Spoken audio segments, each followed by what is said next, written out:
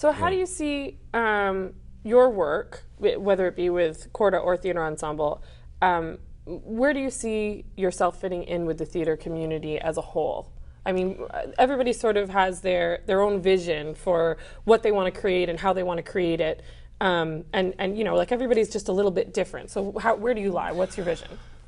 I just love theater. I respect it. I love it. I love the art. I mean, it's like the art of singing is something I've done my entire life. It's a part of who I am. So I enjoy giving those opportunities to other people as well. And just, it's something that the community rallies around.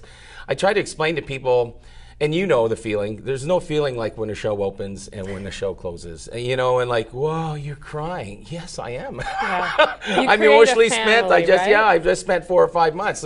And I mean, every show doesn't feel that way, but a lot of them do. So, you know, that's what you love about theater, you know, and it's also that escape from reality. You can be somebody else. You don't always have to be Joe Cardinal. You don't have to be Kristen. You can be someone else and step out and venture and experiment. And it's just so wonderful. And it's something that's in your heart, and that's why I do it, is because I want to continue to do it. I mean, I'm a member of Windsor Light, but Windsor Light has a way of working. Yes. And that's the way it is. And for me, I don't want to only direct one show every 5 years. That's not me. I want to be creative every year. Well, the opportunities to direct at Windsor Light are spaced further apart. Correct. Because they want to give opportunities to Correct. those people, and whatever. And that's great. So it's not a personal thing when I go out and venture. And I think sometimes in our community we tend to take it that way, and it's not that way. It's like, no, this is who I am. This is what I do. Yeah. You know, if you're a school teacher and that's what you are, that's awesome. Right. This is who I am. Do you feel like you take it more, I mean, the word professional gets thrown around a lot. I don't know whether you would identify yourself as a professional necessarily, but do you see your work as being different from somebody who teaches during the day and then just directs at night? Just directs, like, for Windsor Light as a volunteer or whatever.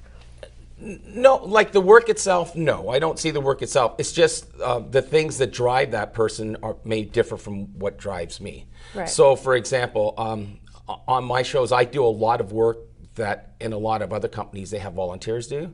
Like Jekyll and Hyde, I've just built the entire set. I spent all summer and built the entire set. Me. I like doing that. I used to build houses with my dad. I enjoy doing it. So to me, it's a labor of love. It's not, you look back and go, wow, I did that. That's kind of cool. Right. So, but...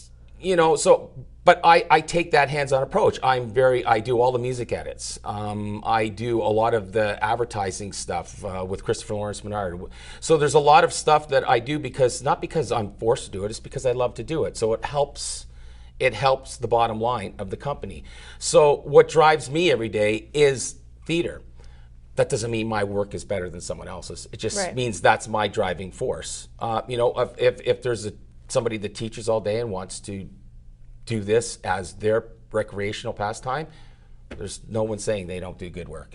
I mean, as long as I've known John Watley, he's done something else, and you know, he's one of the reasons why I got involved in all this stuff, because I like what John does, and I've learned from people like John and Brian over the years, and you know, and then there's a little bit of me too that hopefully I can pass on to other people as well. So what do you say about people who you know, there's a lot of conflict from time to time between the different theater groups, and I know you've been involved with some of the drama in the past. I mean, how do you feel about all of that?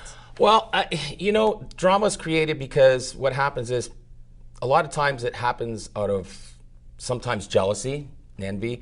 I remember in the early days at Windsor Light, because I did things with other companies, I would get labeled as, well, you know, he's not loyal. It's like, no, this is my recreational pastime. Why can't I do what I want with my recreational pastime? Right. It's like, it's not that I'm not loyal. I do what I'm told to do. I show up to rehearsals. I do whatever. It's just, I love this a lot more than twice a week, you know, and once a year. And if the show's right for me, then I'll be in it. If not, no.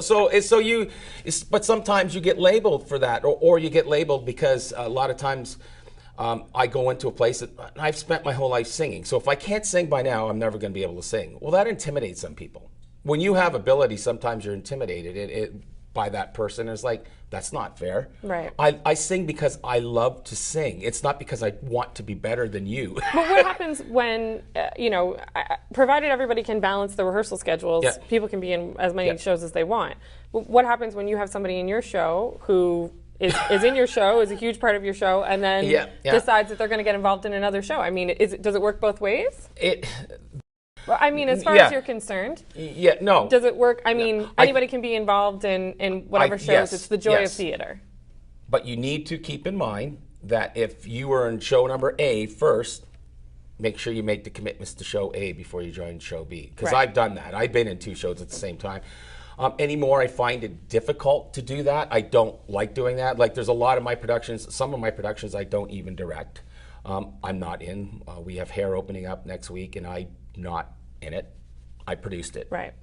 Right. So I'm working sound for them, and I'm watching from a distance and making sure that things go on. So, and I know your focus right Yeah. now, the reason that you've done that is because your focus is on Jekyll and Hyde, Correct. which you are also in. right, but also the reason why I've done it is because I want the company to grow, and it won't grow if Right. I direct every show. You know what I mean? Because then it's I just don't believe that. I believe you need different directors.